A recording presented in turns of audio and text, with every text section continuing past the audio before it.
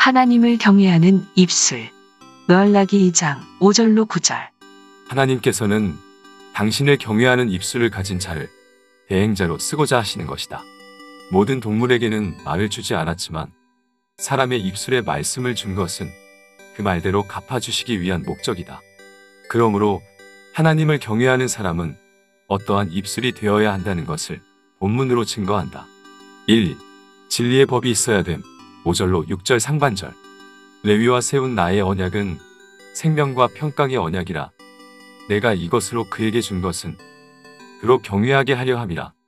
그가 나를 경외하고 내 이름을 두려워하였으며 그 입에는 진리의 법이 있었고 하나님께서는 말씀으로 통일을 시키시는 것이다.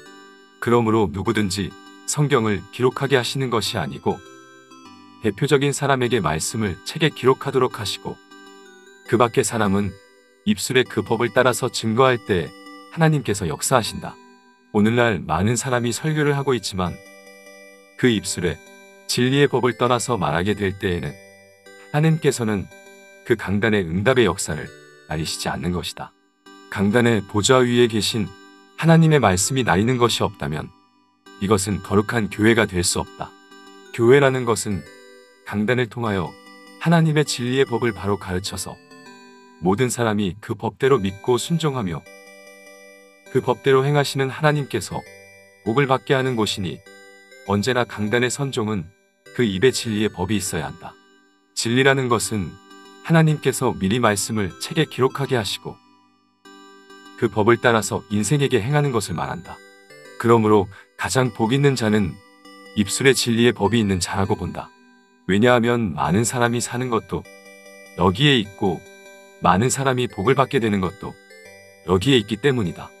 누구든지 진리를 증거할 때 처음부터 그 법을 따라서 입을 열고자 하여 하나님께 구하면 하나님께서는 그 입술을 당신의 도구로 쓰는 것이다. 그러나 진리를 증거하는 자가 그 법을 한 번, 두 번 어기기 시작할 때에는 그 입은 사단의 도구가 된다. 하와가 간교한 뱀을 상대하여 말할 때 하나님의 법을 떠나 가감함으로 간교한 뱀은 하와에게 침투할 기회를 가졌던 것이다. 예수님께서는 광야에서 마귀와 싸울 때 입술에 진리의 법을 가지고 마귀를 물리치셨다. 언제나 공중 세력을 가진 마귀는 입술에 진리의 법을 지키지 아니하는 자를 침투하려고 노리고 있는 것이다. 2. 불의함이 없어야 됨. 6절 하반절. 그 입술에는 불의함이 없었으며 그가 화평과 정직한 중에서 나와 동행하며 많은 사람을 돌이켜 죄악에서 떠나게 하였느니라. 입술의 불이라는 것은 다음과 같다. 첫째, 듣는 자에게 피해를 주는 말이다. 우리 말이라는 것은 한번 말하면 그것이 전파를 통하여 다른 사람에게 들어갈 적에 피해를 줄 수도 있고 유익을 줄 수도 있다. 그러므로 말이라는 것은 자기를 위하여 하는 것보다도 듣는 자를 위하여 하는 것이니 듣는 사람에게 피해를 주는 말은 불의가 된다. 둘째, 듣는 자에게 필요가 없는 말이다. 예를 든다면 물건을 파는 사람이 상대편에게 필요가 없는 것을 만들어 강제로 판다면 이것이 국가의 손해가 되는 일이므로 국가에서도 막을 것이다. 이와 같이 필요 없는 말을 남에게 한다는 것은 시간을 허송하는 일이며 인격을 잃는 일이며 자동적으로 방랑심이 들어가는 일이다. 방랑이라는 것은 필요 없는 말을 할 때 쓸데없는 생각이 떠오르는 데서부터 시작되는 것이다. 사람이 필요 없는 말을 하면서 웃고 떠든다는 것은 한 오락이 되는 것이니 오락이라는 것은 사람을 방랑에 들어가게 하는 문이 되는 것이다. 셋째, 듣는 자의 마음을 끌기 위하여 유혹하는 말이다. 어떤 사람이 말을 할 때 사람의 마음을 끌기 위하여 했다면 불의가 된다. 왜냐하면 그 말은 다른 사람을 이용하기 위하여 하는 말이니 그 말하는 자체가 불의가 되기 때문이다. 어떤 종이 사람의 마음을 끌기 위하여 심리학적으로 말을 한다면 이것은 하나님의 종이 아니고 거짓 선지일 것이다. 3. 지식을 지켜야 됨. 7절로 8절.